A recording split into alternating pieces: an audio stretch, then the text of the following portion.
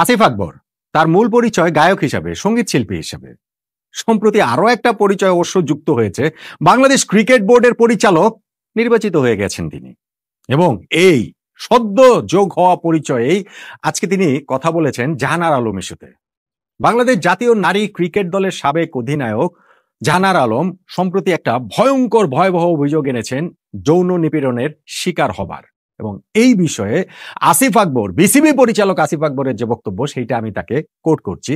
আসিফ আকবর বলেছেন, আমরা বিশ্বাস করি আজকে বাংলাদেশের নারী ক্রিকেট যে উচ্চতায় রয়েছে সেটার ধারাবাহিকতা ধরে রাখতে হলে আমাদেরকে এসব ফালতু প্রবলেমগুলো সলভ করতে হবে। এখানে দুইটা কথা। নাম্বার ওয়ান, জাহানারা আলম যে অভিযোগ করেছেন যৌন নিপীড়নের শিকার হবার, সেটা ফালতু প্রবলেম, এটা একটা ফালতু সমস্যা। বাংলাদেশ ক্রিকেট বোর্ডের একজন পরিচালক বিষয়টাকে এই দৃষ্টিভঙ্গি থেকে দেখেন, তাহলে আমরা এই জায়গাটা থেকে আসলে কিভাবে সুষ্ঠু তদন্তটা হবে, কিভাবে ন্যায় বিচারটা আসলে প্রতিষ্ঠিত হবে, কিভাবে আমরা সত্য এবং মিথ্যার জায়গাটা, প্রভেদটা ধরতে পারবো, এবং আমরা আসল সত্যটা কিভাবে জানতে পারবো। আসিফ আকবর এটা ব্যক্তিগত ক্যাপাসিটি থেকে বলেছেন, একজন বিসিবি পরিচালক ওইভাবে বলতে পারেন না। আর তার বক্তব্যের শুরুতেই, মানে তার এই কথাটার শুরুতেই তিনি বলেছেন যে আমরা তো বিশ্বাস করি, আমরা বলতে এখন তিনি নিশ্চয়ই তার গায়ক অঙ্গনকে বোঝান নাই, তার সঙ্গীত অঙ্গনকে বোঝাননি, তিনি তার ক্রিকেট অঙ্গনকে বুঝেছেন। এবং যেহেতু তিনি বিসিবি পরিচালক, বিসিবির ভাষ্যটা কি এরকম নাকি যে বিসিবিও এটা মনে করে কিনা জাহানার আলম যে অভিযোগ করেছেন সেটা আসলে একটা ফালতু প্রবলেম। এই মানসিকতা নিয়ে বিসিবি যদি এগোয় তাহলে এই জায়গাটার সমাধান কি আসলে হওয়া সম্ভব?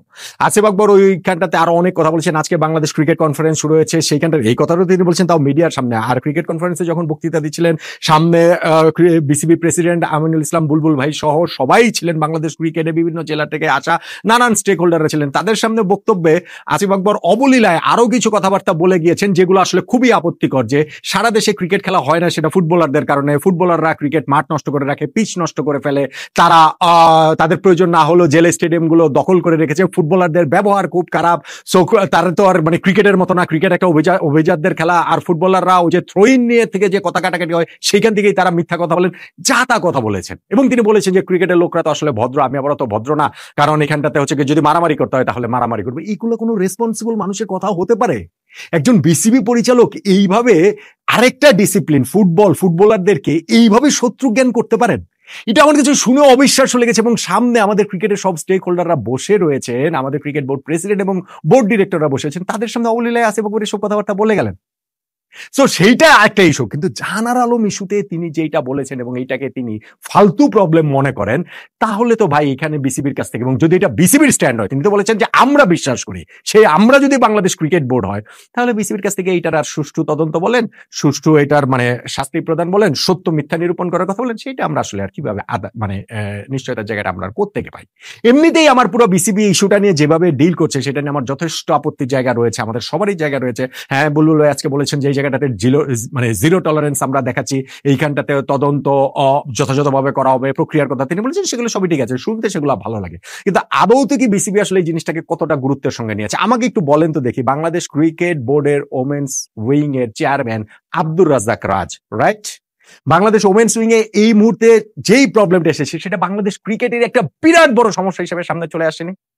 রাজ তাহলে বাংলাদেশের ছেলেদের টিমের টিম ডিরেক্টর হিসাবে এখন সিলেটের দলের সঙ্গে আয়ারল্যান্ড বিপক্ষে টেস্ট সিরিজে আছেন কি কারণে? ফেয়ারনেস আমি ধরে নিলাম না, এটা তো সত্যি কথা যে যখন তাকে এই আয়ারল্যান্ড সিরিজের টিম ডিরেক্টর করা হয়েছিল তখন তো জাহানার আলমের এই ইস্যুটা সামনে আসেনি। কিন্তু যখন এই ইস্যুটা সামনে চলে এসেছে তখন সেইটাতেই মূল ফোকাস ওমেন্স উইং এর চেয়ারম্যানের থাকবে না? আব্দুর রাজ্জাক রাজ তখন এই মেন্স টিমের টিম ডিরেক্টরের পদের ওই জায়গাটা থেকে, এই জায়গাটা থেকে বেশি ফোকাস করবেন না? ঢাকায় এসে পুরো ঘটনা প্রবাহের সঙ্গে থেকে, মধ্যে থেকে, ভেতরে থেকে তিনি এইটার সলিউশন করার চেষ্টাটা করবেন না? ছেলেদের টিমের টিম ডিরেক্টর হিসেবে তার দায়িত্বটা এখন কি এত বড়? বাংলাদেশ ক্রিকেটে ওই টিম ডিরেক্টর পদটা আসলে কি পদ, কত বড় পদ, কিসের পদ? যদি এইখানটাতে একজনকে দিতে হয়, ধরেন আপনি যদি এক্স ক্রিকেটারও যদি দিতে হয়, খালেদ মাসুদ পাউলকে দিয়ে দেন, তিনি তো এই দায়িত্ব পালন করেন। রাজ ঠিক আছে পরে আরেক সিরিজে করবেন। এটা তার এমন কোনো পদ না যে না ক্রিকেট টিমের ক্যাপ্টেন বা ক্রিকেট টিমের খুবই অপরিহার্য, ক্রিকেট টিমের কোচ, তা তো আর না যে তাকে ছাড়া চলবেই না। সো বাংলাদেশ ক্রিকেট বোর্ড যখন এই যে ওমেন্স উইং এর চেয়ারম্যান আব্দুর রাজ্জাক যখন এই নারীদের ক্রিকেটের এত বড় একটা প্রবলেম হয়ে গেছে, সেই জায়গাটাতে তিনি এইখানটাতে ফোকাস না করে ওই ছেলেদের দলের টিম ডিরেক্টর হিসেবে থাকেন, তাতেও তো বোঝা যায় বাংলাদেশ ক্রিকেট বোর্ড পুরো ঘটনা প্রবাহটাকে আসলে কিভাবে দেখছে। এবং ঘটনাটা কিন্তু ডালপাল্লা মেরে অনেক বড় হয়ে যাচ্ছে, অনেক দূর চলে যাচ্ছে। আজকে আমি দেখেছি যে আমাদের আরো একজন former national cricketer Reshma Akter Aduri, তিনি যে অভিযোগ করেছেন সেই অভিযোগের মধ্যে কিন্তু গত মোটামুটি 18-20 বছরের এই ওমেন্স উইং পরিচালনার সঙ্গে যারা জড়িত ছিলেন তাদের মধ্যে 80% বেশি লোকের কথা তিনি বলে ফেলেছেন, এবং মেয়েদের মধ্যে 99% মেয়ে হচ্ছে গিয়ে এরকম হেনস্থার শিকার হয়েছেন সেই কথাটা তিনি বলেছেন। এমনকি নাজমুল আবেদিন ফাহিম ভাই, যিনি এখনকার এই ক্রিকেট বোর্ডে একজন পরিচালক হিসেবে রয়েছেন, তার কথাটাও বলেছেন। তার বিপক্ষেও এই একই রকম হচ্ছে গিয়ে এই যৌন নিপীড়নের এরকম একটা অভিযোগ এনেছেন।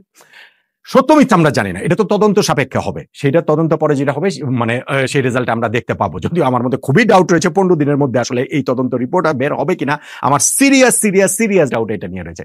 কিন্তু তদন্তটা সুষ্ঠু করার স্বার্থে কি যাদের বিপক্ষে অভিযোগ রয়েছে তাদেরকে এখন ক্রিকেট বোর্ড থেকে সরিয়ে রাখা উচিত না, ওএসডি করে রাখা উচিত না?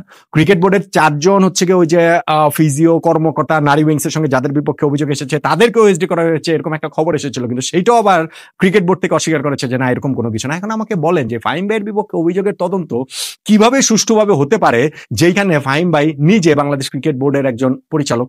আমাকে বলে নিজামুদ্দিন চৌধুরী সুজন ক্রিকেট বোর্ডের সিইও, তার বিপক্ষে অভিযোগ যে তাকে আরো 3-4 বছর আগে লিখিত অভিযোগনামা দিয়েছিলেন যে জাহানারা আলম, সেই অভিযোগের ব্যাপারে আর পরবর্তীতে কোনো কিছু হয়নি। এখন সেই সুজন ভাইয়ের বিপক্ষে কিভাবে হচ্ছে গিয়ে এটা সুষ্ঠু তদন্ত হতে পারে? সেই সুষ্ঠু তদন্তের স্বার্থে কি তাদেরকে আসলে এই জায়গাটা থেকে সরিয়ে রেখেই কি এগোনোটা আসলে উচিত না? অবশ্যই উচিত। কিন্তু সেই কাজটা কি আমরা আসলে করতে পারছি? আমাদের ক্রিকেট বোর্ড করতে পারছে? অবশ্যই আমাদের ক্রিকেট বোর্ড করছে না। এবং সেইখানটাতেই সত্যি যে তাদের সদিচ্ছা কতটা রয়েছে, আসলে গিয়ে কিন্তু এই জাহানার আলম যে অভিযোগটা করেছেন এবং তারপরে যে প্যান্ডোরার বাক্সটা ওপেন হয়েছে সেইটার প্রেক্ষাপটে কতটা কি হবে তা নিয়ে আসলে ঘোরতর সংশয়ের জায়গা, ঘোরতর সন্দেহের জায়গা থেকেই যাচ্ছে। আর ক্রিকেট বোর্ডের একজন পরিচালক আসিফ আকবর যখন বলেন যে এটা ফালতু সমস্যা, তখন মানে ক্রিকেট বোর্ডের সামগ্রিক দৃষ্টিভঙ্গিটাই যেন আসলে এই ইস্যুটার প্রতি ফুটে ওঠে। তাই আসলে খুবই উদ্বেগ নিয়ে আমাদের আসলে অপেক্ষা করতে হচ্ছে যে 15 দিন পরে আদৌ কি আসলে কিছু হয় কিনা, এই তদন্ত কমিটির রিপোর্ট আদৌ কি 15 দিনের মধ্যে বেরোবো কিনা, এবং সত্যি কি আমরা এই ঘটনার সুষ্ঠু তদন্ত এবং সুষ্ঠু ন্যায় বিচার জাহানার আলম সহ বাংলাদেশের নারী ক্রিকেটের ভবিষ্যতেও যারা আসবেন তাদের জন্য কিন্তু ওরকম একটা দৃষ্টান্তমূলক কোনো একটা কিছু আসলে হয় কিনা, খুবই উদ্বেগ নিয়ে আমরা সেটা অপেক্ষা করছি।